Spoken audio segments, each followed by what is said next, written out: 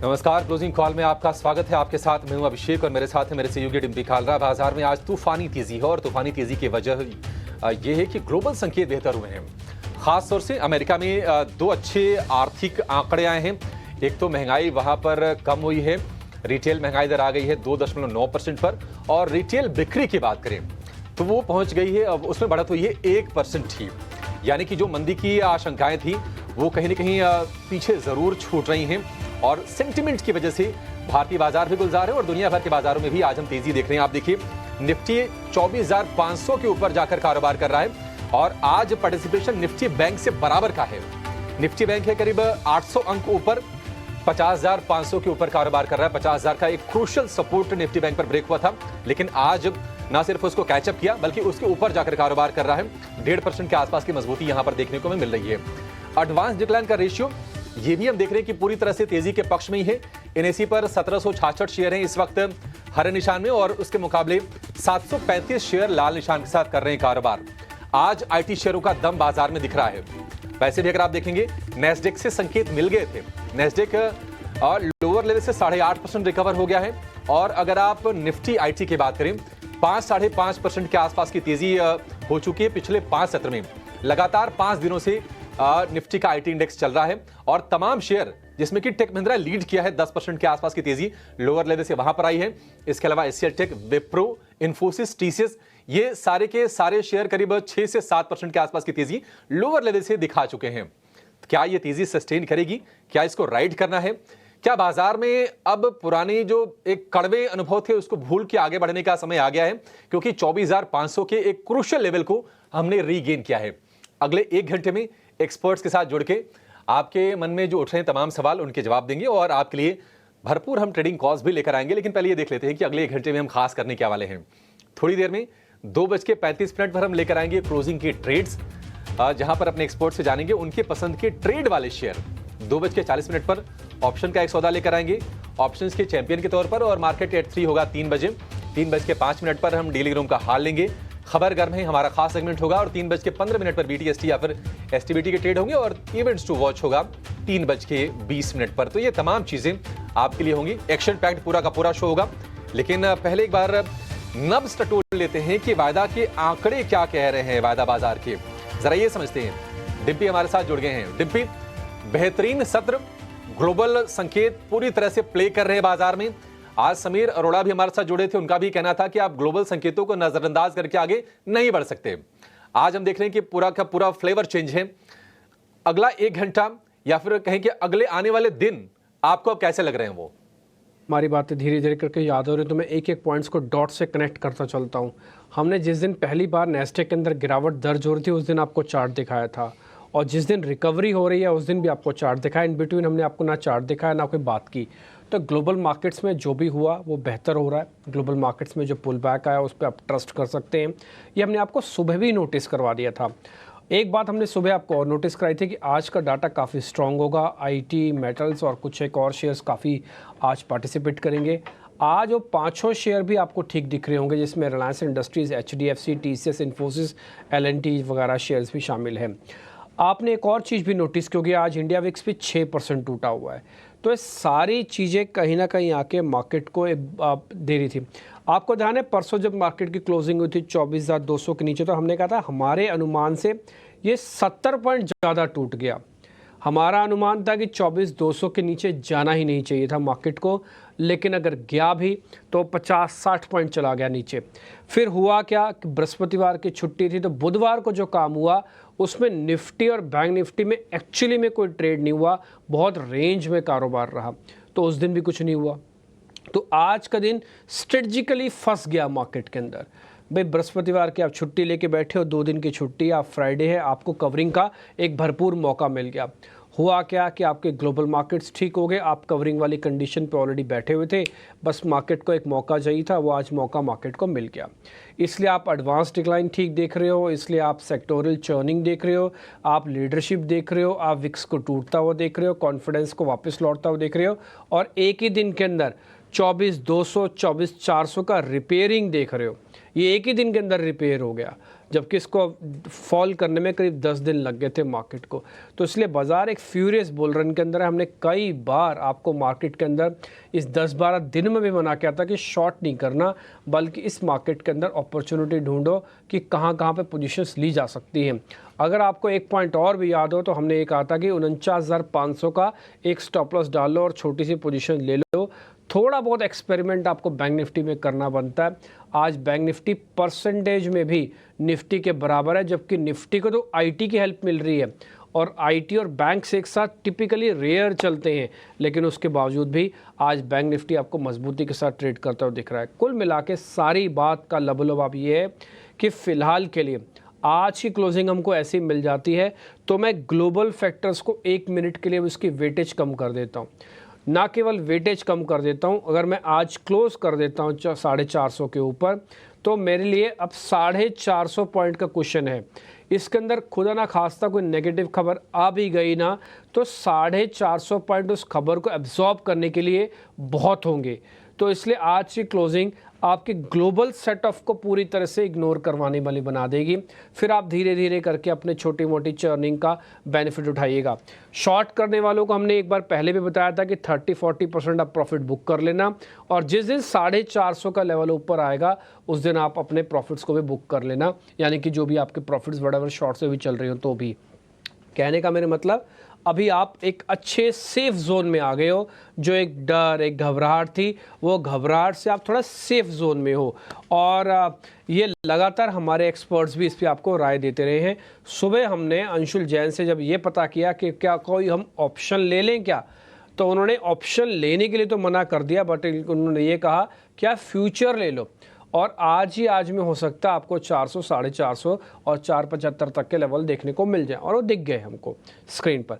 ऐसे कुछ और मेहमानों को भी मैं अपने साथ कार्यक्रम में जोड़ रहा हूँ, जिन्होंने आपको आपका हौसला टूटने नहीं दिया और आपको इंटेलिजेंस से सारी चीज़ों को नोटिस करवाया। मैं फिर से कह रहा हूँ, आज फर्स्ट डे ऐसा है जब हम खतरा हल्का सा टलता हुआ देख पा रहे हैं। मेरे लिए अब ग्लोबल मार्केट्स की वेटेज वो नहीं रह गई है जो आज से 4 दिन 5 दिन पहले थी। अब आप चाहे वहाँ पे नंबर्स आए चाहे नहीं आए, चाहे इन्फ्लेशन का डाटा आए अब चाहे नहीं आए, क्योंकि मैं लेवल से चलता हूँ, खबर से नहीं। दूसरा पॉइंट, अब राजेश जी पालवी हमारे साथ जुड़ रहे हैं, उनसे करते हैं ज़रा बातचीत। प्रदीप हौरचंदानी हमारे साथ जुड़ रहे हैं, उनसे करेंगे बातचीत। अमोल अठावले हैं हमारे आज के मेहमान, उनसे करेंगे बातचीत। आप तीनों का बहुत बहुत शुक्रिया, थैंक यू वेरी मच आज समय निकालने के लिए। और मैं दूसरी बार आपका थैंक यू इसलिए भी कर रहा हूँ, ना केवल आप समय दे रहे हैं बल्कि टिपिकली डे आज का दिन काफ़ी क्रूशियल रहता है। एक दिन की छुट्टी थी, एक्सटेंडेड वीकेंड था, तो लोग काफ़ी सारे लोग छुट्टी पे हैं, बट आपने हमारा सहयोग दे रहे हैं, आप हमको साथ दे रहे हैं, इसके लिए बहुत बहुत शुक्रिया, thank you very much. Rajesh sir, आपसे हमारी जब बातचीत हो रही थी आप भी यही बात कह रहे थे कि 24,000 तो टूटेगा नहीं, और 24,000 के बाद एक जर्नी ऊपर आएगी।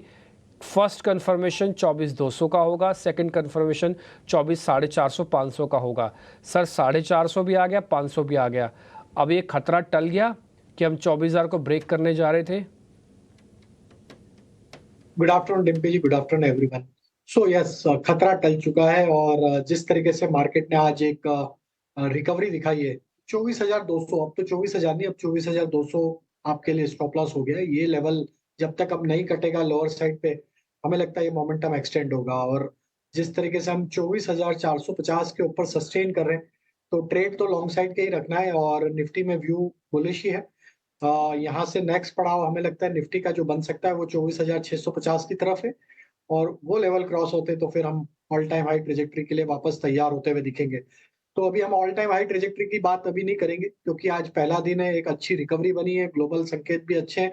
तो आज देखें तो पूरा मार्केट में एक माहौल जो है वो पूरा एक जिसको बोलते हैं ना, पूरा ग्रीन जोन बन चुका है मार्केट। और अगर हम देखें तो सारे सेक्टर एक अच्छा पार्टिसिपेट करते हुए दिख रहे हैं, और सभी स्टॉक्स में एक अच्छी रिकवरी है। तो अब स्टॉप लॉस को ट्रेल कर ले, हायर साइड पे 24,400 पे स्टॉप लॉस ले आए ट्रेडर। पोजिशनल ट्रेडर 24,200 पे अपना स्टॉप लॉस रखें। जब तक ये लेवल है आप अपना ट्रेड लॉन्ग साइड का ही अपॉर्चुनिटी ढूंढे मार्केट में, और ऊपर में 24,650 के टारगेट को लक्ष्य रख के हम लगता है कि 1 से 2 दिन का ट्रेड अगर कोई करता है तो 24,650 तक के लक्ष्य आते हुए दिख सकते हैं। बैंक निफ्टी में भी एक अच्छी रिकवरी, जिसको हम बोल सकते हैं 50,500 के ऊपर अब बैंक निफ्टी फ्यूचर आते हुए दिख रहे। बैंक निफ्टी स्पॉट में 50-500 एक लेवल है जो कि क्रॉस होना एक और यहाँ से फर्दर तेजी को एक्सटेंड करते हुए दिखेगा। तो जैसे ही बैंक निफ्टी स्पॉट पे 50-500 क्रॉस होंगे और उसके ऊपर सस्टेन होगा, तो हमें लगता है यहाँ पे भी एक शॉर्ट कवरिंग बनते हुए दिखेगी। देन बैंक निफ्टी का लेवल नेक्स्ट जो ओपन होता है वो 51,000 की तरफ होता है। तो बैंक निफ्टी में अब स्टॉप लॉस जो हम पहले बात कर रहे थे 49,500, वो अब मूव होके 50,100 50,200 पे ला सकते हैं और पोजीशन को लॉन्ग साइड की अपॉर्चुनिटी ढूंढे। बैंकिंग भी स्टॉक में भी एक रिकवरी यहाँ पे बनते हुए दिख रही है। तो हमें लगता है बैंक निफ्टी का सहयोग भी रहेगा इस मोमेंटम में। फर्दर 51,000 के टारगेट के लिए बैंक निफ्टी में भी पोजीशन ओपन रखी जा सकती है। बिल्कुल 51,000 के टारगेट निफ्टी बैंक के लिए। और अगर हम निफ्टी बैंक की बात करें तो जोश आज मिल रहा है ज्यादा आईसीआईसीआई बैंक से। 1200 रुपए के स्तरों के आसपास हमने देखा था कि आईसीआईसीआई बैंक फिसला था, फिर से उसको रीगेन करने की कोशिश। सिर्फ आप पीएनबी को छोड़ दीजिए तो 12 में से 11 शेयर आपको मजबूती वाले दिखेंगे। और पीएनबी के लिए कर्नाटका वाली वजह है जो वहां पर बोला गया है कि सारे के सारे सरकारी विभाग उसमें अपने अकाउंट बंद कर दें, उसका असर हमें देखने को जरूर मिल रहा है पीएनबी में। हालांकि वो भी ज्यादा नीचे नहीं है, 1% से भी कम की गिरावट है पीएनबी में, और एकमात्र शेयर है निफ्टी बैंक में गिरने वाला। निफ्टी के लिए जो टारगेट है यहां से बनेगा 24,650, ये बता रहे हैं आपके लिए राजेश जी। चलिए अब शुरू करेंगे यहां से आपके लिए stock picking, stock selection closing trade के जरिए।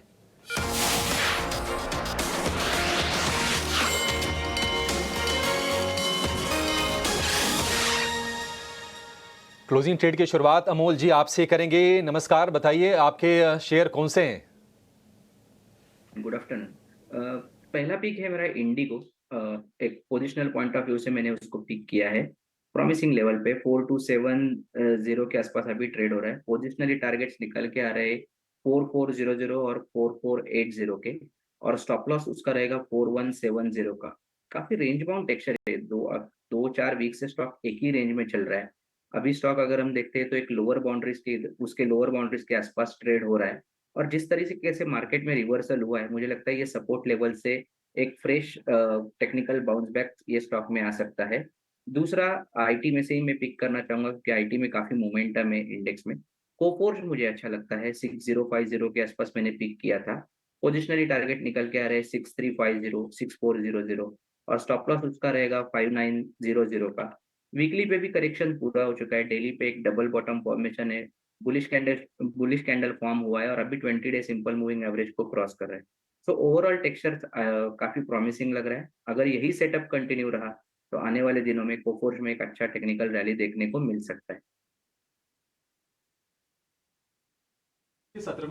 आज के सत्र में जहां आईटी शेयर पूरे के पूरे जोश में हैं, इनको अवॉइड करना मुश्किल है। कोफोर्ज आपके लिए चुना है अमूल ने, 6,350 और 6,400 का टारगेट, 5,900 का स्टॉप लॉस। और दूसरा शेयर है इंटरग्लोब एविएशन, 4,170 का स्टॉप लॉस, 4,400 और 4,480, ये दो टारगेट होंगे इंटरग्लोब एविएशन के लिए।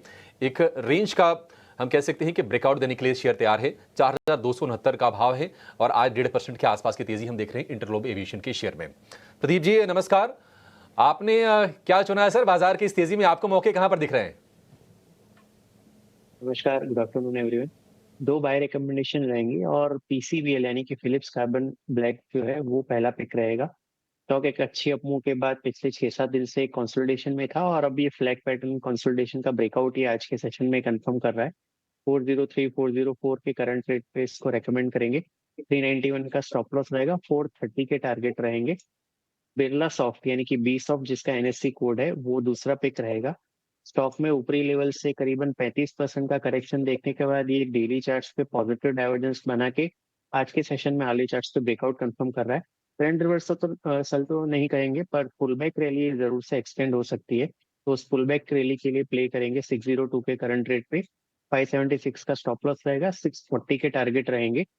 3 to 4 डेज के टाइम फ्रेम से ये दोनों रिकमेंडेशन है और ये दोनों स्टॉक हमने अपने क्लाइंट्स को भी रिकमेंड किए। ठीक है, बिरला सॉफ्ट 850 रुपए के भाव से गिर के 550 रुपए तक आ गया था, वहां से फिर से चलने की शुरुआत है। इसमें मोमेंटम जो बिल्ड हो रहा है उसमें आपको फायदा उठाने की सलाह दे रहे हैं। 640 का टारगेट है, 576 रुपए का स्टॉप लॉस। और दूसरा शेयर है पीसीबीएल। ये शेयर पहले भी 400 रुपए के पार गया था और वहां पर टिक नहीं पाया था। फिर से हम देख रहे हैं कि जोश में आ रहा है और बहुत अच्छी रफ्तार दिखाई है पीसीबीएल के शेयर ने। अगर आप महीने भर में देखेंगे तो ये शेयर 38% चल गया है, तो बढ़िया यहां पर स्ट्रक्चर बिल्ड हो रहा है। अब 430 के टारगेट होंगे और 391 रुपए का स्टॉप लॉस आपके लिए। 2 शेयर तेजी वाले प्रदीप जी की तरफ से हो गए। राजेश जी, आपके लिस्ट में कितने शेयर हैं? 2 है या 3 है सर? और तेजी वाले होंगे, उम्मीद करके चल रहे हैं वाले हैं। तो मैं पहला शेयर पहले अनंतराज में बताना चाहूंगा। शेयर किया था, वहां से काफी तेजी से स्टॉक बढ़ते जा रहा है और टारगेट मैंने 615 के सजेस्ट किए थे। तो मुझे लगता है कि ये शो खत्म होने के पहले ही शायद हो सकता है कि टारगेट भी आ जाए, जिस स्पीड से स्टॉक बढ़ रहा है। तो स्टॉक में पिछले 5 मिनट में ही एक बड़ा मूव बनते हुए दिख रहा है और स्टॉक अगर देखें ओवरऑल स्ट्रक्चर बुलिश है। तो मुझे लगता है कि अब रिवाइज कर देने चाहिए इसके टारगेट। अनंतराज के टारगेट मैंने शेयर किए थे पीसीआर से 615 के, तो नया टारगेट मैं 630 देना चाहूंगा और स्टॉप लॉस जो अब रिवाइज करके हमको देना होगा वो होगा करीब 578 के आसपास का स्टॉप लॉस रख के अनंतराज पे बाय करने की सलाह है। काफी strong momentum real estate space में, तो हमें लगता है अनंतराज जिस तरीके का आउट परफॉर्मेंस दिखा रहा है, ये ऑल टाइम हाई ट्रेजेक्टरी की तरफ हमें लगता है अब ये बढ़ते हुए दिख रहा है, तो अनंतराज पे बाय करने की सलाह है। दूसरा स्टॉक तो ये रिवाइज करने होंगे टारगेट 630 के और स्टॉप लॉस अब होगा 578 का।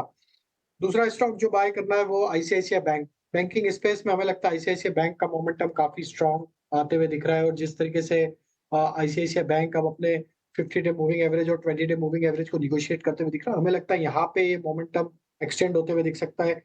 आईसीआईसीआई बैंक का हम टारगेट एक्सपेक्ट करें 1225 की तरफ, स्टॉप लॉस रखेंगे करीब 1170 के आसपास।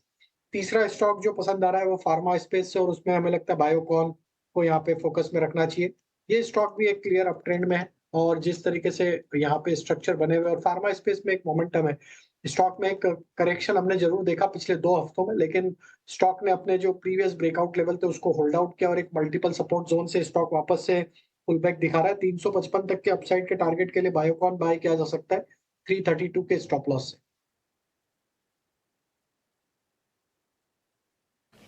ठीक है, चीज हो गया, बायोकॉन हो गया और तीसरा शेयर हो गया आईसीआईसीआई बैंक। आईसीआईसीआई बैंक की बात करें, आज अगर आप तेजी में योगदान देखेंगे, करीब जो 700 पॉइंट की तेजी का योगदान है निफ्टी बैंक में, उसमें अकेले 300 पॉइंट वो आ रहा है आईसीआईसीआई बैंक से। तो ये आपको सलाह दे रहे हैं राजेश जी आईसीआईसीआई बैंक को ट्रेड करने के लिए 1225 रुपए के टारगेट के लिए 1188 रुपए का भाव है, यानी कि यहां से करीब 37 रुपए की तेजी अभी और बन जाएगी। 2.25% ऑलरेडी ये शेयर ऊपर कारोबार कर रहा है। तो यार सारे के सारे ट्रेड्स आपके लिए हो गए। 7 ट्रेड टोटल आपको मिल चुके हैं। एक छोटे से ब्रेक के लिए रुकेंगे और ब्रेक के बाद जब लौटेंगे तो और भी कुछ बजिंग स्टॉक्स, कुछ ब्रेकआउट वाले स्टॉक्स खोजने की कोशिश करेंगे और आपको ये भी बताएंगे कि आईटी शेयर आखिर क्यों दौड़ लगा रहे हैं लगातार और ये सस्टेनेबल तेजी है या नहीं है। इस पर अपने रिपोर्टर को जोड़ेंगे और पूरा मामला समझने की कोशिश करेंगे।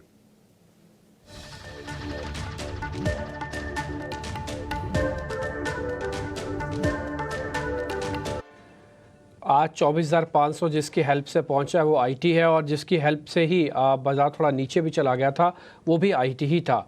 और आईटी में इस समय आपको ज़्यादा ध्यान इसलिए देना है, एक तो इसकी वेटेज है, दूसरा पॉइंट इसके अंदर जो मूव आ रहा है थोड़ा वाइल्ड है एज़ कम्पेयर टू आप 1-1.5 महीना पहले जो आईटी के अंदर मूवमेंट देखते थे।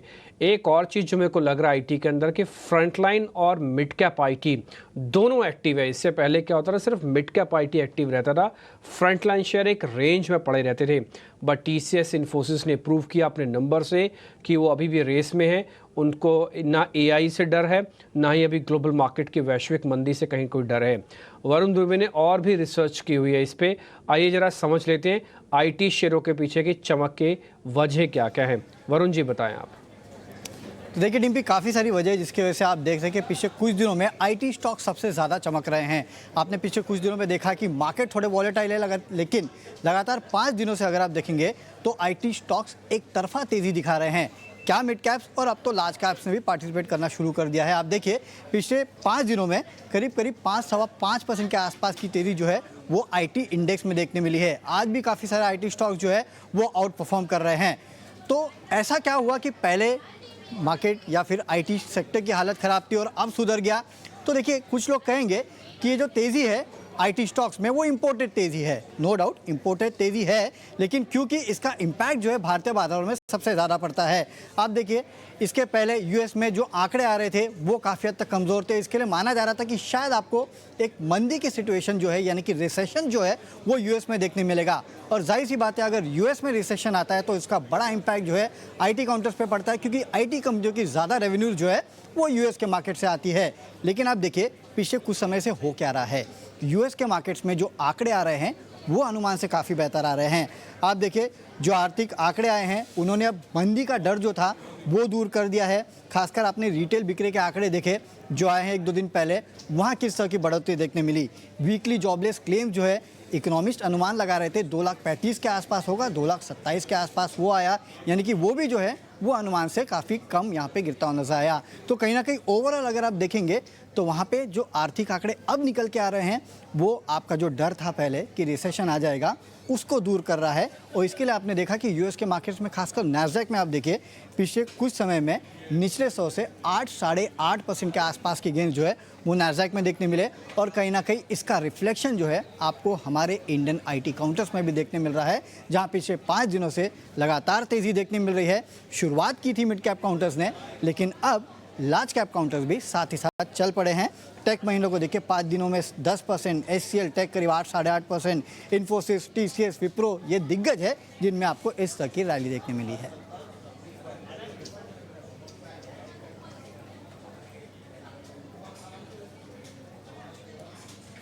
तो कुछ एक आईटी स्टॉक्स पे आपके आपने अच्छे से रिसर्च कर दी है। एक काम करते हैं, रिकमेंडेशन भी ले लेते हैं इसी आईटी इंडेक्स पे आज जो करीब 0.3% ऊपर है। इसमें बड़े छोटे शेयर सब शामिल हैं। एक बार प्रदीप सर आप जरा चेक करके बताएंगे कि आईटी के अंदर कौन सा शेयर ज़्यादा स्ट्रेंथ में है जिसको हमको कैरी करना है। ठीक है, मैं नहीं लेता, मैंने पहले से ले रखा है माल, लेकिन ये तो पता लगे कि पावर किसमें सबसे ज़्यादा है। आप बड़े शेयरों से भी चेक कर सकते हैं, आप मत जाइए छोटे शेयरों पे। पहले 4 शेयर ही चेक कर लीजिए, एचसीएल टेक, टीसीएस, इन्फोसिस और कोई विप्रो वगैरह कुछ और देखना हो तो। देखिए डिम्पी जी, पहले तो आईटी इंडेक्स पे बात करना चाहेंगे। इस इंडेक्स में एक बड़ा ब्रेकआउट मटेरियलाइज हुआ था जुलाई महीने में, जब इसने जो इसका 2022 के जनवरी में टॉप बना था और उसके बाद फरवरी 2024 का टॉप बना था। इस ट्रेंड लाइन का बड़ा ब्रेकआउट कंफर्म हुआ है। तो तब से लेके हम 45,000 और उसके ऊपर 51,000 के बड़े टारगेट आईटी इंडेक्स में लेके चल रहे हैं। तो ये इंडेक्स है जिसपे हम सबसे ज्यादा ओवरवेट हैं। हमारे क्लाइंट्स को भी हमने यही व्यू सुझाया है। अब इसमें फ्रंटलाइन आईटी स्टॉक्स की जिसकी आपने बात की, इन सारे स्टॉक पे हम पॉजिटिव हैं, चाहे वो टीसीएस हो या इन्फोसिस हो या एचसीएल टेक हो। इसके अलावा टेक महिंद्रा भी हमें अच्छे लगता है। मिड कैप आईटी स्पेस की अगर बात करें तो एम्फेसिस में हमको बहुत बड़ा ब्रेकआउट कंफर्म होते हुए देखा है।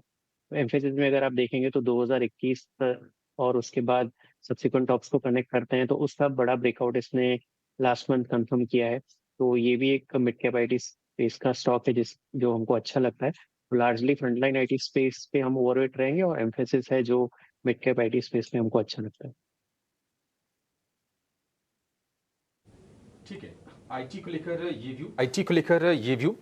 अच्छा, आईटी के साथ साथ एक और खेमा है जहां पर बहुत अच्छी तेजी बन रही है, वो है प्लेटफॉर्म वाले स्टॉक्स। प्लेटफॉर्म यानी कि बीएसई हो गया, सीडीएसएल, एमसीएक्स, आईईएक्स, ये सारे के सारे शेयर अगर आप देखेंगे तो सभी चल रहे हैं और अच्छे मूव्स आ रहे हैं। एमसीएक्स में बड़ी तेजी है। आज सुबह हमारे एक्सपर्ट थे अंशुल जैन, उन्होंने ये सजेस्ट किया था एमसीएक्स का शेयर खरीदने को, उनके टारगेट भी अचीव हो गए। बीसी आप देखिए 4% ऊपर ये कारोबार कर रहा है, एमसीएक्स बकायदा 6% ऊपर डे हाई के आसपास ट्रेड कर रहा है। और आईएक्स अब 200 रुपए वाले स्तर के आसपास जाकर बार बार वहां पर ठिठक रहा है। राजेश जी, आपसे व्यू जानना चाहेंगे, ये जो सारे के सारे स्टॉक्स के नाम लिए हमने, कहीं आपको लगता है कि अभी भी ट्रेड के मौके बचे हैं या फिर कहीं पर आपको लग रहा है कि स्ट्रांग ब्रेकआउट आ रहा है? अभिषेक जी, इन जो कंपनियों के आपने जो जिक्र किया उसमें सीडीएसएल, एमसीएक्स, ये दोनों स्टॉक तो क्लियर अप ट्रेंड में और दोनों stocks all time high trajectory पे ही ट्रेड कर रहे हैं।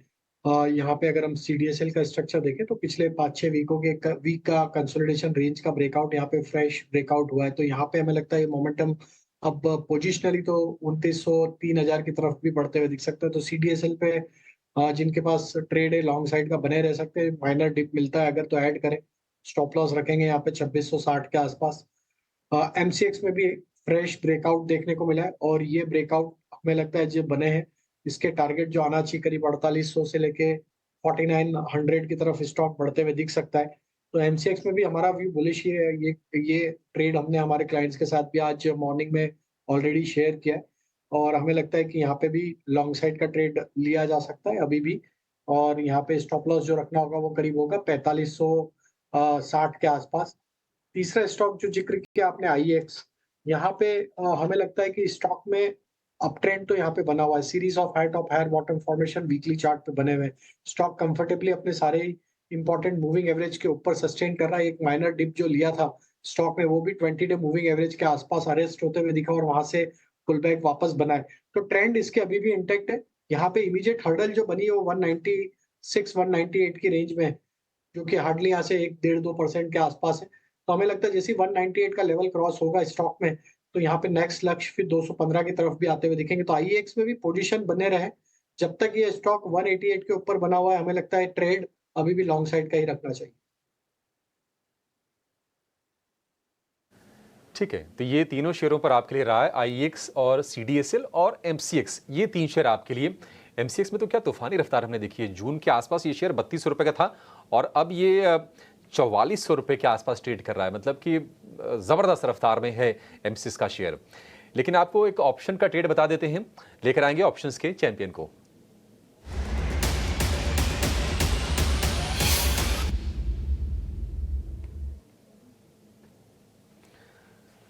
और ऑप्शन का एक धमाकेदार ट्रेड बताने के लिए हमारे साथ जुड़ गए हैं अक्षय भागवत। अक्षय जी, बहुत शुक्रिया आपका समय देने के लिए, स्वागत है। बताइए क्या ट्रेड करना है अभी? जी, गुड आफ्टरनून। तो ऑप्शंस के चैंपियन के लिए स्टॉक चुना है डीएलएफ, जो आज करीबन 6% अप है। बहुत स्ट्रॉन्ग मोमेंटम है और बहुत ही स्ट्रॉन्ग पॉजिटिव टेक्निकल और डेरिवेटिव सेटअप है। तो टारगेट प्रोजेक्शन है करीबन 920 का अगस्त महीने में।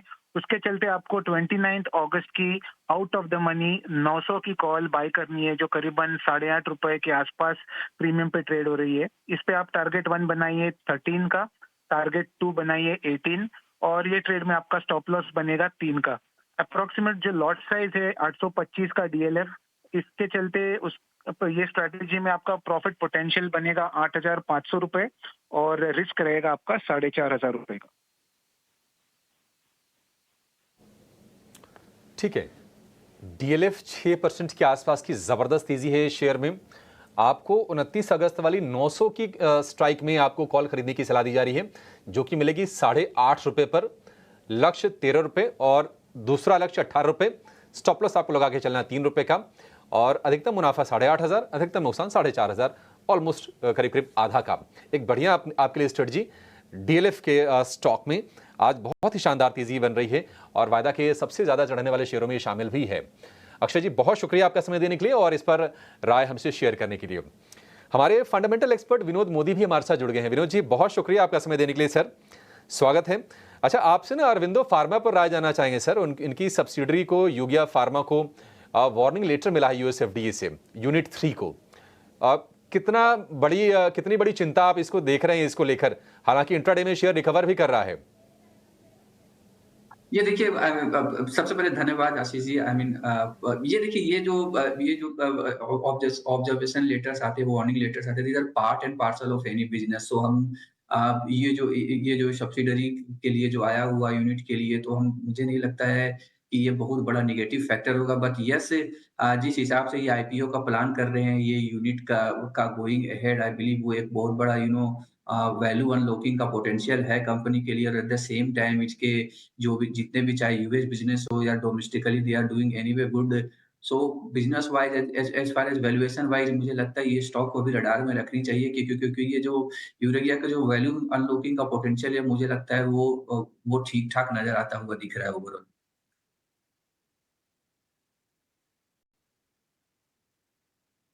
अरविंदो फार्मा पर आपके लिए ये राय। लेकिन चलिए, 3 बज गए हैं और हमारे खास सेगमेंट मार्केट एट 3 का वक्त हो गया है।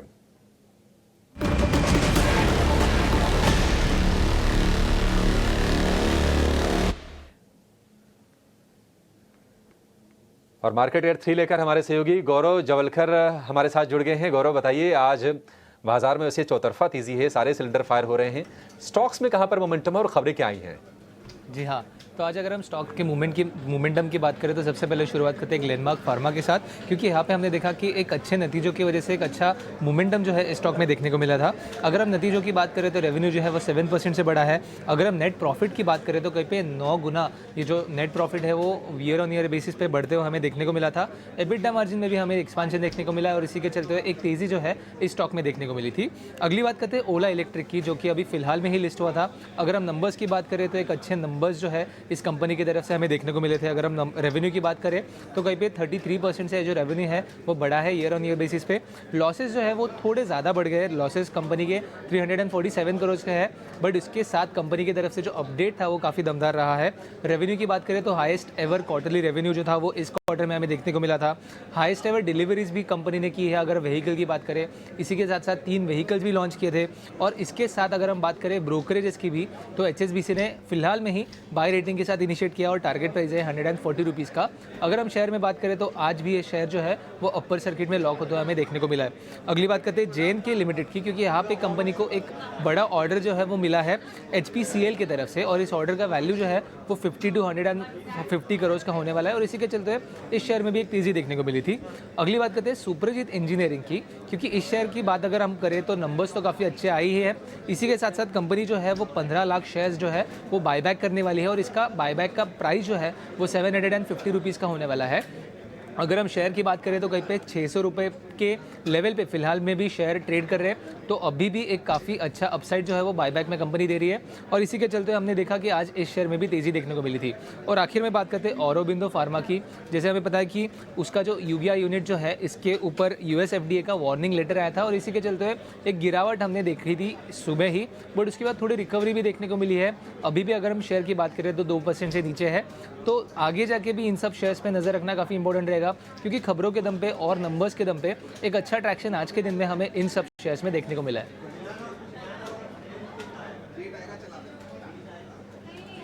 जी बहुत शुक्रिया, thank you very much. 400 point की बढ़त इस समय निफ्टी के अंदर है। देखते ही देखते आज डेज हाई पे निफ्टी क्लोज कर रहा है। आपको आज खुला था सिर्फ 150 पॉइंट ऊपर निफ्टी और 250 पॉइंट उसने खुलने के बाद जोड़े हैं। आज आप देखो, एक्चुअली में देखा जाए तो मैं बोलूँगा पिछले 1 महीने की one of the finest day trading का वो आज है। आज बाज़ार कह के चला कि वो डाटा पॉजिटिव रख रहा है, उसके पास सारे फिगर आउट थे।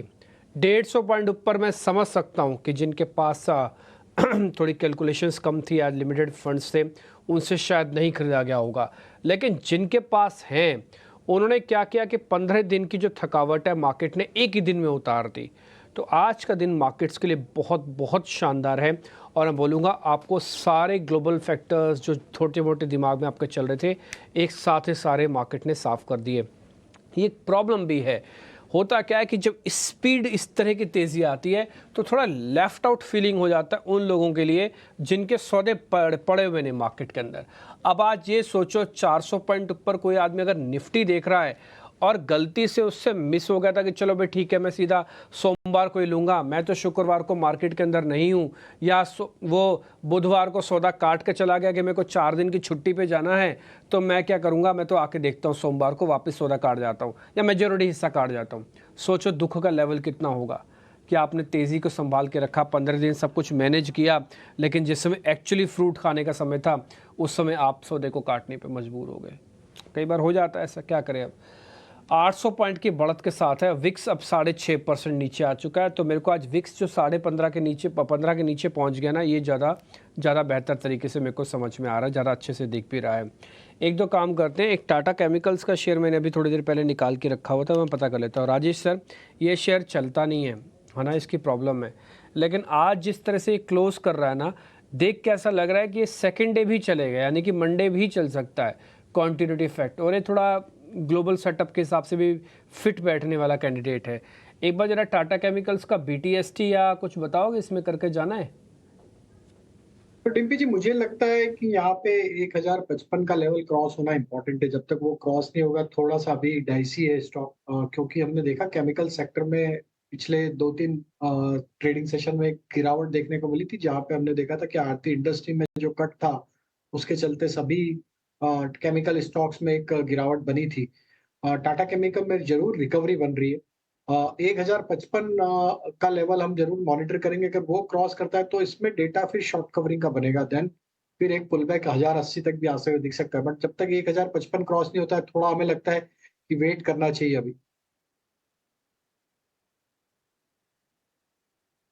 सर रिलायंस और HDFC बैंक मोल उठावले कोई दिक्कत तो नहीं? अभी इन्होंने अपना बेस कर दिया कंफर्म, 1600 HDFC नहीं तोड़ेगा, रिलायंस 2900 नहीं तोड़ेगा, ये कंफर्मेशन लेके जा सकता हूँ आगे? जी बिल्कुल, आपने काफ़ी अच्छे से पिक किया है दोनों ही स्टॉक्स को, क्योंकि अगर यहाँ से अगर इंडेक्स को रैली और चलना है तो रिलायंस या एचडीएफसी बैंक दोनों का चलना काफ़ी मायने रखता है। मुझे लगता है रिलायंस में एक करेक्शन के बाद एक रिवर्सल फॉर्मेशन हुआ है। अगर किसी को कैरी फॉरवर्ड करना है और उसको स्टॉप लॉस रखना है तो आई थिंक 2940 2935 एक स्टॉप लॉस लेवल रह सकता है रिलायंस में। अगर वो सस्टेन होता है तो उसके ऊपर आई थिंक ये रिलायंस ने जो रिवर्सल फॉर्मेशन किया है वो कंटिन्यू रह सकता है। एचडीएफसी बैंक की अगर हम बात कर दे तो एक रेंज में अटका हुआ है स्टॉक फिलहाल तो, और वो रेंज भी छोटा है, ऐसा नहीं कि मोमेंटम हम उसको पिक कर पाए, तो थोड़ा वेट एंड वॉच है। बट फॉर्मेशन रिवर्सल पे है 1620 और 1615, ये लेवल के ऊपर फोकस करें। अगर इसके ऊपर रहता है तो शायद एक आध दिन एक्स्ट्रा ले ले, बट ये स्टॉक बाउंस बैक हो सकता है। 1660 1680 जो उसका प्रीवियस स्टॉप है वहां तक ये वापस से जाने के चांसेस अभी फिलहाल तो दिख रहे हैं। डन, बढ़िया। ये आपने कुछ एक शेयर्स हमारे लिए नोटिस करा दिए, बड़े शेयर भी हमने आपसे पता कर लिए कि इन दोनों शेयर्स के साथ टिके रहना है। मैं कुछ एक ऐसे शेयर्स और पता कर लेता हूँ जिनकी रिकवरी आज बहुत ही शानदार थी, या फिर मैं बोलूँगा जिनका आज का मोमेंटो काफ़ी शानदार है। वो कुछ शेयर्स हैं मेरे पास, मैं आपके सामने ज़रा वो भी अभी लेके आता हूँ, ज़रा नोटिस कीजिएगा। हाँ, पहले कुछ शेयर्स में थे। ग्लेनमार्क फार्मा के आज की क्लोजिंग बढ़िया मिल रही है।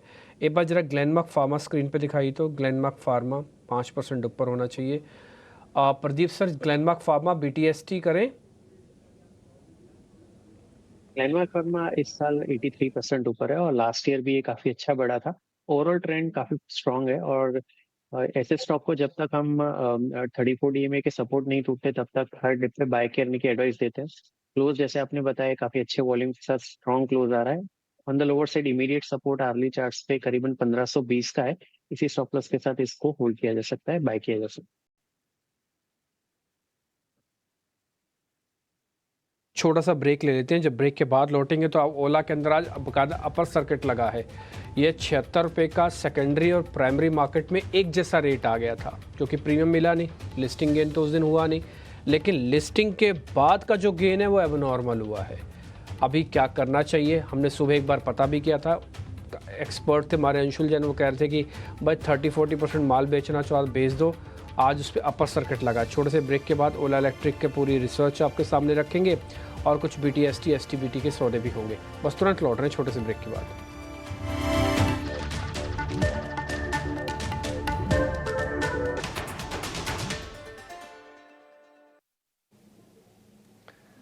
स्वागत है।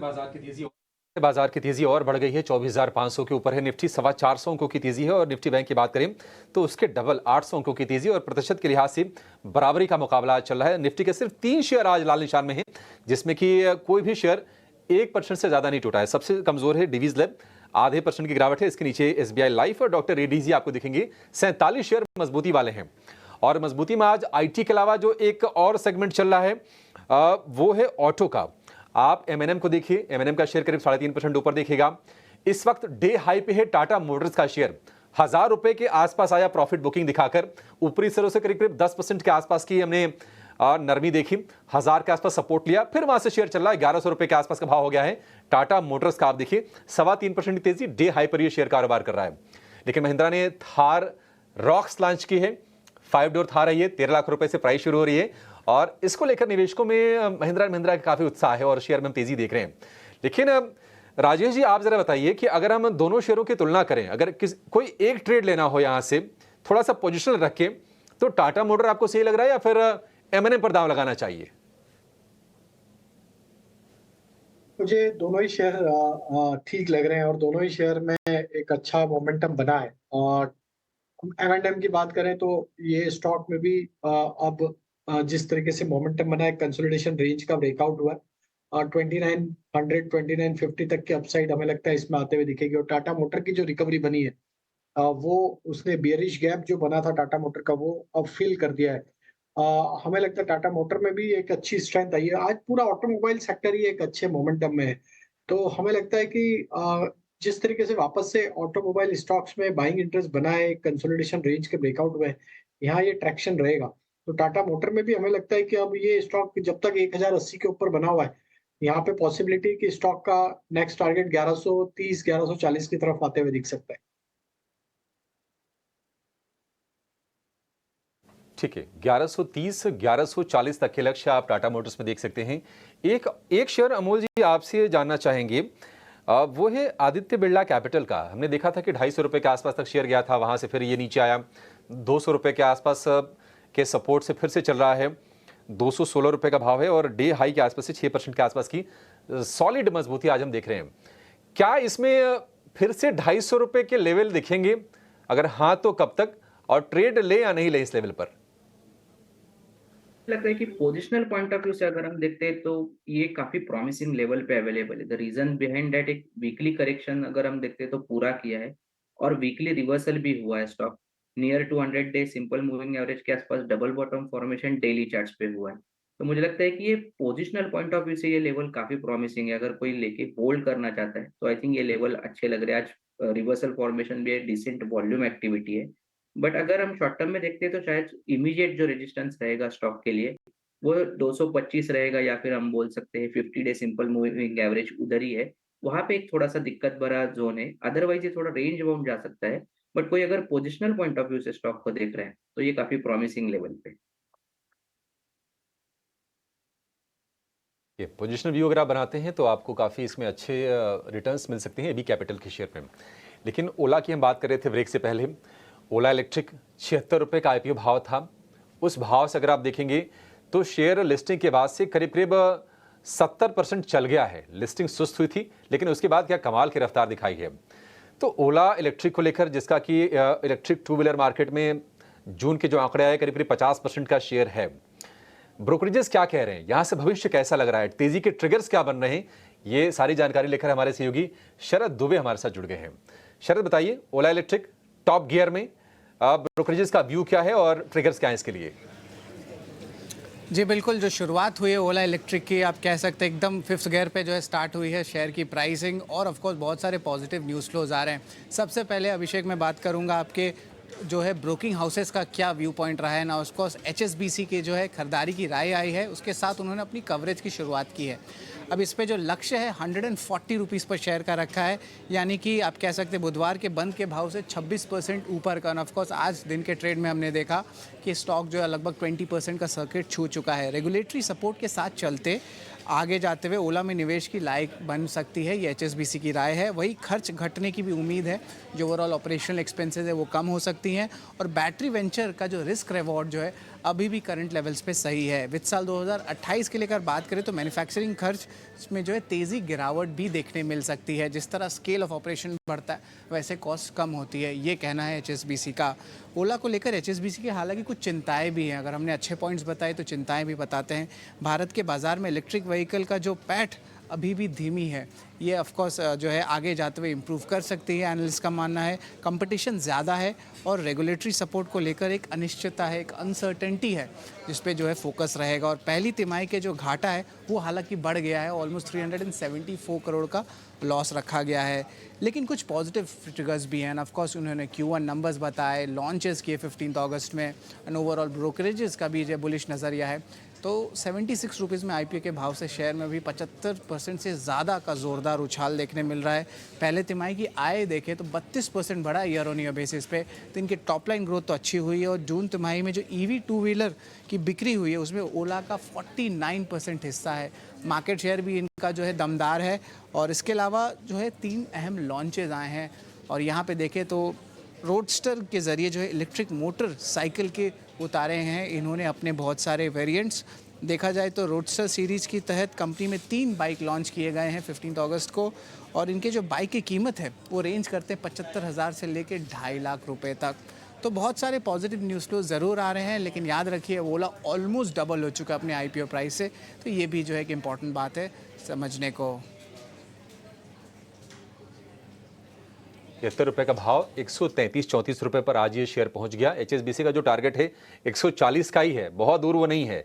विनोद जी, आप ये बताइए, ओला को देखकर अब जिसके मन में ये लग रहा हो कि नहीं, लेफ्ट आउट वाली फीलिंग आ रही हो कि नहीं, मौके चूक गए, मान लीजिए आईपीओ में नहीं मिला, बाद में भी नहीं खरीदा और एक तरफा चाल दिखा दी, इस लेवल पर वैल्यू बाइंग है विनोद जी, या फिर थोड़ा सा वेट कर लें, थोड़ा नीचे आ जाए 15-20%, 30%, तो फिर एंट्री करने की सोचें?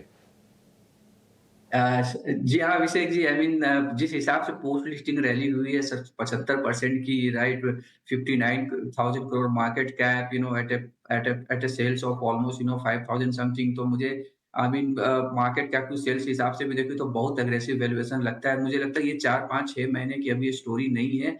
अगर किसी को भी इस कंपनी में बेट लेनी हो, नो डाउट, यू नो, 40% के ऊपर मार्केट शेयर जो हमें देखने को मिला, जो बहुत अच्छी, बहुत बड़ी बात है।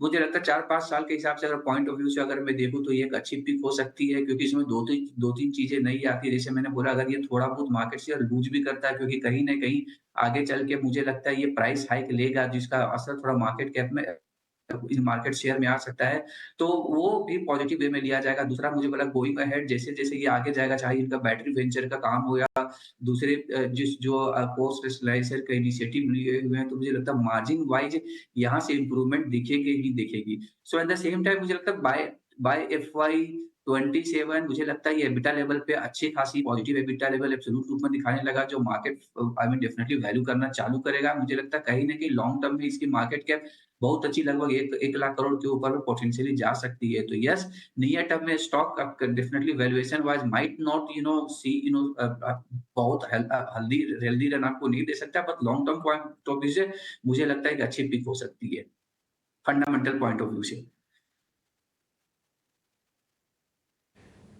ठीक है, डन सर। एक शेयर हमने सुबह आपको ना छुड़वा दिया था, वो इसलिए छुड़वाया था कि उसकी गिरावट काफ़ी सीवियर थी। उस शेयर का नाम था पिरामिल एंटरप्राइजेस। देखिए 10% वो टूटा था। इसने 1000 के ऊपर जब आपने क्लोज किया था तो इसकी कन्विक्शन हाई हो गई थी। PEL लगाना, हाँ, पिरामिल एंटरप्राइजेस PEL लगाना, आ जाएगा आपके पास। लेकिन जब 10% टूटा तो आज की रिकवरी करीब इसके 7% की है। डैट मीन जितना लॉस था उसका 70% रिकवर हो गया आज में। ये वापस से 950 के आसपास आ गया। कल का इसका भाव 880 का था, अब आप देखो 945 का भाव आपको दिख रहा होगा। 7% की तेज़ी, 62 रुपये एक ही दिन में वापस से जोड़ दिए। राजेश सर, ये ठीक हो गया या इसको 1000 के लिए आने ही दें, फिर देखें इसके बाद? आई थिंक डिम्पी जी, देखिए रिकवरी तो काफी स्ट्रांग बनी है। जो पिछली कैंडल थी रेड कैंडल, उसको ऑलमोस्ट 70% तो बॉडी ऑलमोस्ट कवर हो चुकी है। हमें लगता है, देखिए पुल बैक बना है, थोड़ा सा और वेट करना चाहिए। 960 का एटलीस्ट लेवल क्रॉस होने दे, जो प्रीवियस डे का हाई था एटलीस्ट उसको क्रॉस होने दे, उसके बाद इसमें पार्टिसिपेट करना चाहिए। देखिए क्या होता है, मार्केट का माहौल वापस तेजी की तरफ बढ़ चला है, 24,500 के ऊपर अब सस्टेन हो रहे हैं। तो जो स्टॉक्स में एक प्रॉफिट टेकिंग थी किसी रीजन के चलते या रिजल्ट के चलते, वापस कहीं ना कहीं सेटल डाउन होगी और स्टॉक्स वापस एक रिकवरी जरूर दिखाएंगे। हमें लगता है 960 ये लेवल वेट करें, उसके बाद जरूर इसको मंडे वापस रिव्यू करेंगे, एंड देन अगर ये 960 क्रॉस करता है तो वहां बाय का ट्रेड लेंगे। ठीक है, पिरामिल एंटरप्राइजेस हमने देखा था कि नतीजों की चलती ये शेयर नीचे आया था और पहली तिमाही के मुनाफे में करीब 60% के आसपास की गिरावट आई थी और उसके बाद आज हम एक रिकवरी का, स्मार्ट रिकवरी का सत्र देख रहे हैं। निफ्टी IT इंडेक्स 3% ऊपर हो गया। आज लगातार 5वां सत्र है जब निफ्टी के IT इंडेक्स में हम तेजी देख रहे हैं और इन 5 सत्र में ऑलमोस्ट करीब करीब 6%, 5.5 से 6% के आसपास की तेजी निफ्टी IT में हो चुका है। 40,866 डे हाई पर आपको ये इंडेक्स दिखेगा और तमाम शेयर चल रहे हैं। देखिए चलिए, अब बाजार बंद होने में थोड़ा सा ही वक्त रह गया है। अपने एक्सपर्ट से BTST या फिर STBT के ट्रेड समझ लेते हैं। BTST ही होंगे, बिक वाली कौन करना चाहेगा? अमोल जी, शुरुआत आपसे करेंगे। बताइए सर, कौन सा ट्रेड होगा आपका? जी, मैं एक महिंद्रा एंड महिंद्रा के साथ जाना चाहूंगा। लास्ट फ्राइडे मेरा वो पोजिशनल पिक था, इस फ्राइडे मेरा वो कैरी फॉरवर्ड पिक हो गया है। 2840 के आसपास चल रहा है, 2810 उसका स्टॉप लॉस रहेगा और मुझे लगता है ये 2900 तक ये जाने के चांसेस 1 या 2 दिन में दिख के आ रहे। हायर बॉटम फॉर्मेशन, ट्रेंड को फॉलो कर रहा। 2900 का टारगेट। अमोल जी, आपने स्टॉप लॉस क्या बताया? 2810। 2810 का 2840 पर है, 30 रुपए नीचे का स्टॉप लॉस है, 60 रुपए ऊपर का टारगेट है, 1:2 का रिस्क रिवॉर्ड रेशियो है। ये बिल्कुल सिंपल आपके लिए कैलकुलेशन हो गया। M&M के शेयर में आज ये 3.5% ऊपर है। महिंद्रा रॉक्स के चलते शेयर भी रॉक कर रहा है बाजार में पूरी तरह से। प्रदीप जी, आपका शेयर क्या होगा सर? क्या ट्रेड करेंगे, क्या लेकर जाएं सोमवार के लिए? देखिए 3 हफ्तों के कंसोलिडेशन के बाद आईटीसी में आज फ्रेश ब्रेकआउट आ रहे हैं, वॉल्यूम भी काफी अच्छे हैं, तो ये स्टॉक एफएमसीजी में लीड ले सकता है। 503 504 के करंट रेट पे इसको लेना चाहेंगे। 495 का स्टॉप लॉस रहेगा, 521 के टारगेट रहेंगे। ठीक है, आज अब देखिए आईटीसी को 2.5% की तेजी, 503 रुपए का भाव हो गया। पिछले जो हाई से उसको क्रॉस करके बहुत अच्छे से चला है ये। 400 रुपए के आसपास शेयर आया और वहां से हमने देखा कि मोमेंटम जो बिल्ड हुआ ना, उसके बाद ये शेयर रुका नहीं, अब ये 500 रुपए के ऊपर पहुंच गया है।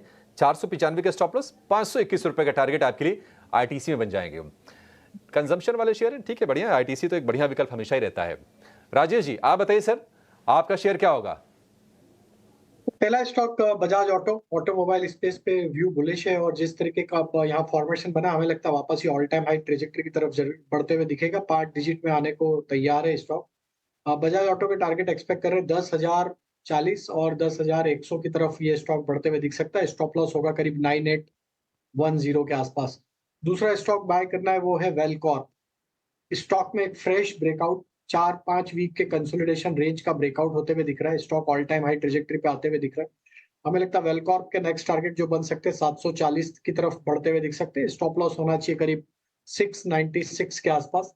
तीसरा स्टॉक इंश्योरेंस स्पेस से और उसमें आईसीआईसीआई जनरल इंश्योरेंस, ये स्टॉक हमें पसंद आ रहा है। स्टॉक में अगर हम देखें तो एक माइल्ड प्रॉफिट बुकिंग के बाद स्टॉक ने ऑलमोस्ट 20 डे मूविंग एवरेज के आसपास से सपोर्ट लेके एक वापस अच्छी रिकवरी दी है। प्रीवियस स्विंग हाई का ब्रेकआउट हुआ है। आईसीआईसीआई जनरल इंश्योरेंस बाय करने की सलाह, अपसाइड के टारगेट 2100 तक आते हुए दिख सकते हैं। स्टॉप लॉस होना चाहिए करीब 2020 के आसपास।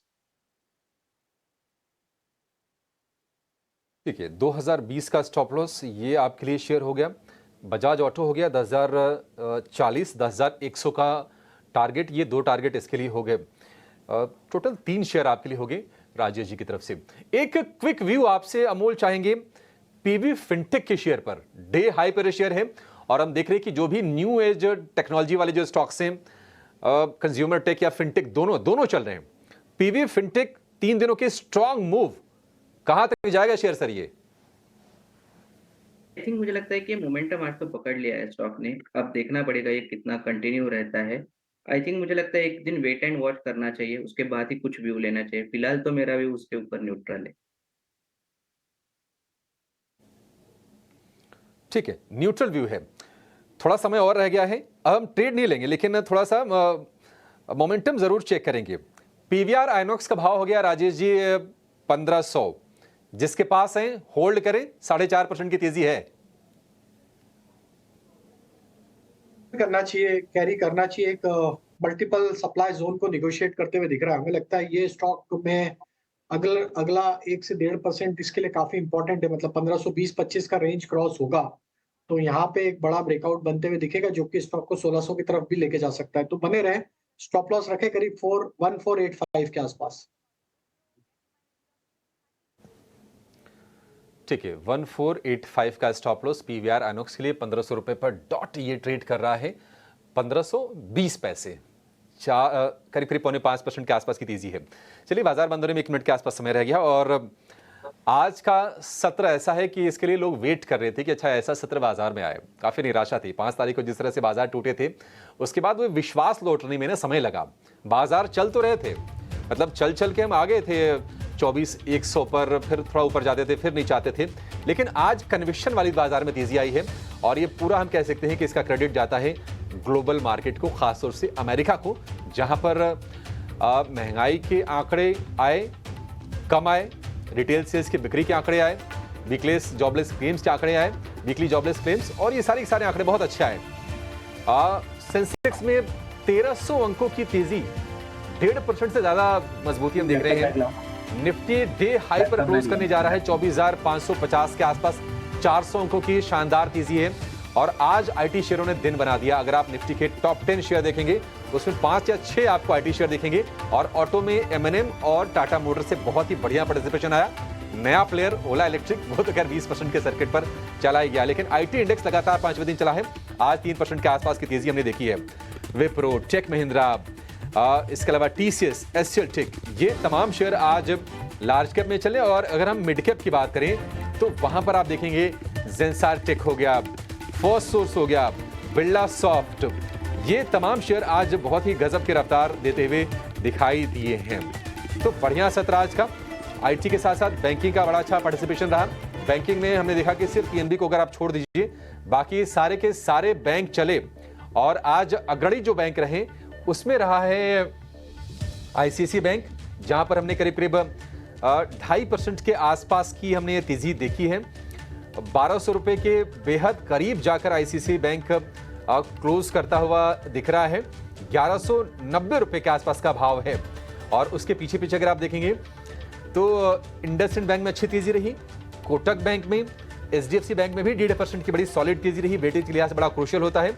और एसबीआई, हालांकि कर्नाटक से एक नेगेटिव खबर जरूर थी कि सरकार ने सारे के सारे अकाउंट्स सरकारी विभागों को बंद करने के आदेश दिए थे। हालांकि जब एक क्लैरिटी आ गई कि उनके कुल डिपॉजिट में कर्नाटक की सरकार का हिस्सा है 0.1% का है, बाजार ने उसको थोड़ा डिस्काउंट कर दिया और 1% की तेजी आज हमने एसबीआई के शेयर में भी देखी है। तो बेहतरीन क्लोजिंग हम देखे जा रहे हैं। 2 दिन की छुट्टी इसके बाद है, छुट्टी एंजॉय कीजिएगा, लेकिन सभी मेहमानों से विदा लेने का वक्त हो गया है। एक बार फिर से शुक्रिया कहेंगे सबका कि नहीं ये वीकेंड वाले माहौल में हमारे लिए आज समय जरूर निकाला और हमारे साथ जुड़े। लेकिन डिस्क्लोजर ले लेते हैं। राजेश जी, कोई डिस्क्लोजर आपकी तरफ से? तो जिन स्टॉक्स पे चर्चा करी थी उसमें मेरा पर्सनल कोई निवेश नहीं है, लेकिन हमारे क्लाइंट्स को हमने जरूर रिकमेंड किए इनमें से कुछ स्टॉक्स। ठीक है, प्रदीप जी आपका कोई डिस्क्लोजर? जो भी स्टॉक डिस्कस किया उसमें क्लाइंट्स का या पर्सनल होल्डिंग हो सकता है। थैंक्स।